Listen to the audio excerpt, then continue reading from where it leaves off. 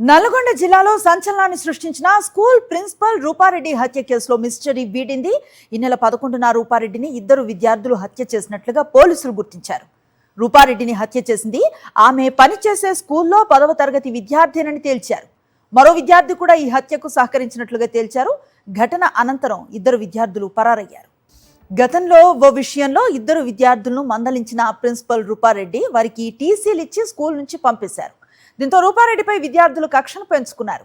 జులాయిగా అలవాటు పడ్డ విద్యార్థులు డబ్బు కోసం రూపారెడ్డిని బెదిరించి నగదు తీసుకువెళ్లాలని పథకం వేశారు.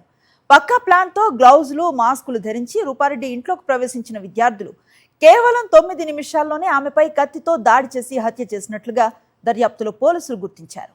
నేను సోషల్ సబ్జెక్ట్ డీల్ చేస్తాను. చాలా ఇయర్స్ నుంచి ఇక్కడ పనిచేస్తున్నాను. వీడు మనకు 8th క్లాస్లో వచ్చాడు సార్ ఈ అబ్బాయి. అయితే వీడి బిహేవియర్ అయితే మా స్కూల్ టీచర్ల ముందర చాలా రెస్పెక్టబుల్గా ఉండేది. మేము ఎన్నడూ కూడా ఊహించలేదు ఇట్లా జరుగుతుందని కూడా. మరి వీడికి బయట ఏమైనా కనెక్ట్స్, డ్రగ్స్ వాళ్ళ మాఫియాతోటి ఇంకా మిగతా ఏమైనా కనెక్ట్ ఉన్నాయా, వాడు సోషల్ మీడియా ద్వారా అట్లా ప్రభావితమైందా, మా పిల్లలే ఇట్లా చేస్తారంటే మేము నమ్మలేకపోతున్నాం సార్. ఈ అంశం అనేటటువంటిది మరి చట్టపరంగా మరి పోలీసులు ఇక మంచి రక్షణ, ఎందుకంటే ఇప్పుడు మా మేడానికి ఎట్లా జరిగిందంటే రేపు మా స్టాఫ్ కూడా ఎట్లా థ్రెట్ ఉంటుంది అనేటటువంటి విషయాన్ని మీరు గమనించి ఆ కోణంలో ముందుకెళ్తే బాగుంటుంది అనేటటువంటిది నా ఆలోచన. ఫస్ట్ ఏం జరుగుతుందో అర్థం కాదు. టీచింగ్ చేయాలా, టీచర్గా మాకు చాలా భయం. 2006 నుంచి టీచింగ్ జిల్లా వస్తుంది. హైదరాబాద్లో టీచింగ్ చేశాను, ఇక్కడికి వచ్చాను. 2006 నుంచి టీచింగ్ చేశాను. నాకు ఏ రోజు ఇంత భయం కాలేదు సార్. ఈరోజు భయం అవుతుంది. టీచింగ్ క్లాస్లో పోదాం, ప్రాక్టీస్ పడదామంటే భయం అవుతుంది.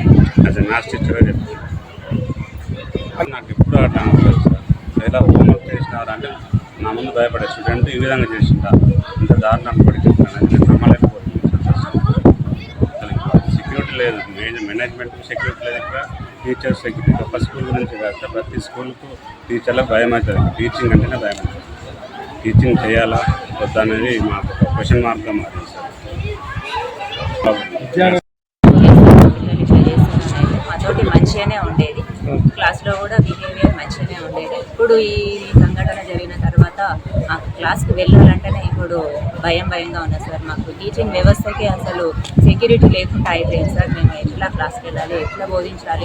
ఇన్నేళ్ళు మంచిగా సిన్సియర్గా మమేకమై పిల్లలతో మేము ఉన్నాము. మంచిగా విద్యార్థులను చాలా మంచిగా తీర్చిదిద్దినాము. మంచిగా విదేశాలలో కూడా పోయి మంచిగా స్థిరపడ్డటువంటి విద్యార్థులు ఉన్నారు. కానీ ఈ ఘటన ఇది మా పిల్లలు అని తెలిసిన తర్వాత ఇక నేనైతే జీర్ణించుకోలేకపోతున్నా సార్. మాకు సెక్యూరిటీ అనేది లేకుండా పోయింది సార్. ఇట్లా అవుతుందని కూడా మేము అనుకోలేదు సార్.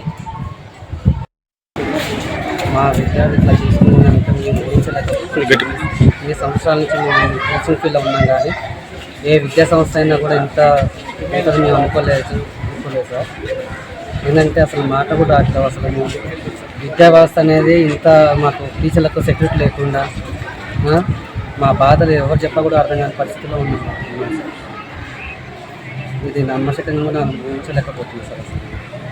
సిచ్యువేషన్స్ అయితే నేను ఎంతో ఫ్రెండ్లీగా ఉండాం మేడం కానీ విద్యార్థుల మంచి కోసము ఒక ఎంతగానో కుటుంబ పరంగా కావచ్చు, ఏదో పరంగా కావచ్చు, మంచి చెడు అన్నీ తెలియజేసినాం.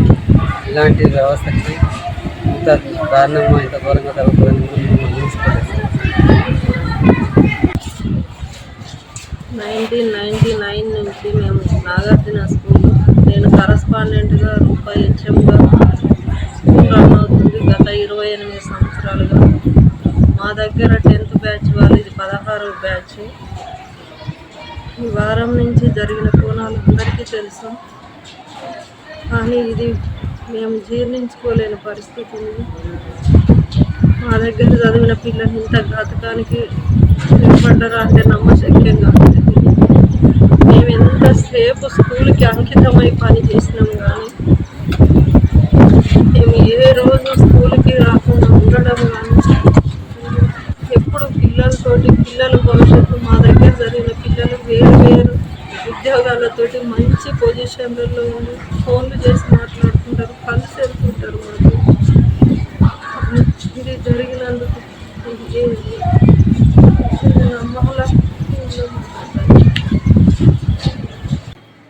అయితే ఎప్పుడైతే ఈ మర్డర్ మేడం హత్య చేశారు అతి క్రూరంగా. ఆ తర్వాత నుంచి మేము బాగా షాక్కి గురయ్యాము. ఎవరో బయట వాళ్ళు గిట్టని వాళ్ళు చేస్తుంటారేమో అని చెప్పి అనుకున్నాము. కానీ మా స్కూల్ స్టూడెంటే ఈ విధంగా చేశాడంటే అది నమ్మశక్యంగా లేదు. ఈ విధంగా జరగడానికి కూడా కారణం మన సమాజమే.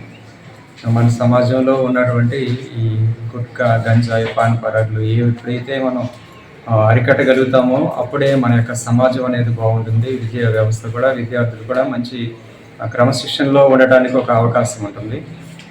వీటి మీద గవర్నమెంట్ కానీ, పోలీస్ వ్యవస్థ కానీ ఉక్కుపాదం కనుక మోపితేనే ఇలాంటి దుర్ఘటనలు అనేవి మళ్ళా పునరావృతం కాకుండా ఉండే విధంగా మనం మన సమాజానికి ఉపయోగపడే విధంగా మనం ఉండగలము. పిల్లల్ని కూడా ఆ విధంగా తయారు చేయగలం. ఇదే అంశానికి సంబంధించి కంప్లీట్ డీటెయిల్స్ అందిస్తారు మా కరెస్పాండెంట్ అశోక్. చూస్తూ ఉన్న టీచర్స్ అంతా కూడా ఒకంత దిగ్భ్రమకి లోనైన పరిస్థితి. ఎలా జరిగింది, విద్యార్థులు ఈ పని చేయటం ఏంటని కొంత ఆందోళన వ్యక్తం చేస్తున్న సిచ్యువేషన్ చూస్తున్నాం. పోలీసులు ఏం చెప్తున్నారు? ప్రస్తుతం నిందితులను అదుపులోకి తీసుకున్నారా? అనుశ్రీ, అన్ని వర్గాల నుంచి కూడా ఒక దిగ్భ్రాంతి అయితే వ్యక్తమవుతుంది. ఎందుకంటే ఒక 10th క్లాస్ విద్యార్థులు అందులోన తనకు చదువు చెప్పినటువంటి గురువు స్థానంలో ఉన్నటువంటి ఆ వ్యక్తిని అత్యంత దారుణంగా హత్య చేయడం మాత్రం సంచలనంగా మారినటువంటి పరిస్థితి. ఇప్పటికే 2 10th క్లాస్ విద్యార్థులు అంటే రూపారెడ్డి నిర్వహిస్తున్నటువంటి నాగార్జున కాన్సెప్ట్ స్కూల్ సంబంధించినటువంటి విద్యార్థులే హత్య చేశారని చెప్పేసి తొలిసారి సాక్షి అందరికన్నా ముందు ఇచ్చారు.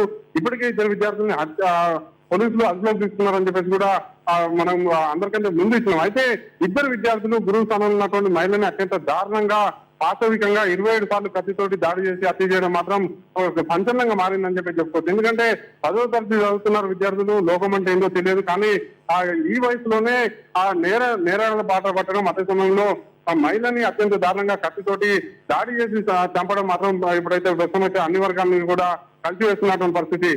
తమకు తల్లి లాంటి వ్యక్తిని హత్య చేసినటువంటి నేపథ్యంలోనే అటు స్కూల్ సంబంధించినటువంటి విద్యార్థులు కావచ్చు, ఆ పాఠశాల నిర్వాహకులు కావచ్చు, అదే సమయంలో స్కూల్ సంబంధించినటువంటి సిబ్బంది కూడా ప్రస్తుతం అయితే విషాదంలో మునిగిపోయినటువంటి పరిస్థితి.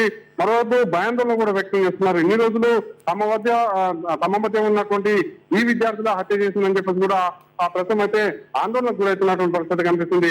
ప్రస్తుతం అయితే పోలీసులు అయితే అన్ని కోణాల్లో విచారణ చేశారు. 8 రోజుల పాటు సాగినటువంటి విచారణలో దాదాపు 270 మంది అనుమానితుల్ని అదుపులోకి తీసుకొని విచారణ చేసినటువంటి నేపథ్యంలోనే ఎక్కడ ఎలాంటి క్లూ దొరికినటువంటి నేపథ్యంలోనే మరొకసారి పాఠశాలకు సంబంధించినటువంటి పూర్వ విద్యార్థుల పాత్రపై అనుమానం వచ్చినటువంటి నేపథ్యంలోనే ఆ దిశగా పోలీసులు విచారణ చేసినటువంటి నేపథ్యంలోనే 23 మంది పూర్వ విద్యార్థులకు సంబంధించి అంటే జులైగా జరుగుతున్నటువంటి పూర్వ విద్యార్థులు కూడా అదుపులోకి తీసుకొని విచారణ చేసినటువంటి నేపథ్యంలోనే వాళ్ళ పాత్ర కూడా బయటకు రానటువంటి నేపథ్యంలోనే ప్రస్తుతం 10వ తరగతి చదువుతున్నటువంటి విద్యార్థులను కూడా అదుపులోకి తీసుకొని విచారణ చేయగా 2 విద్యార్థులకు సంబంధించినటువంటి పాత్ర వెలుగు రావడం మరి కాసేపట్లో మీడియా ముందు కూడా ప్రవేశపెట్టేటువంటి అవకాశం అవుతుంది.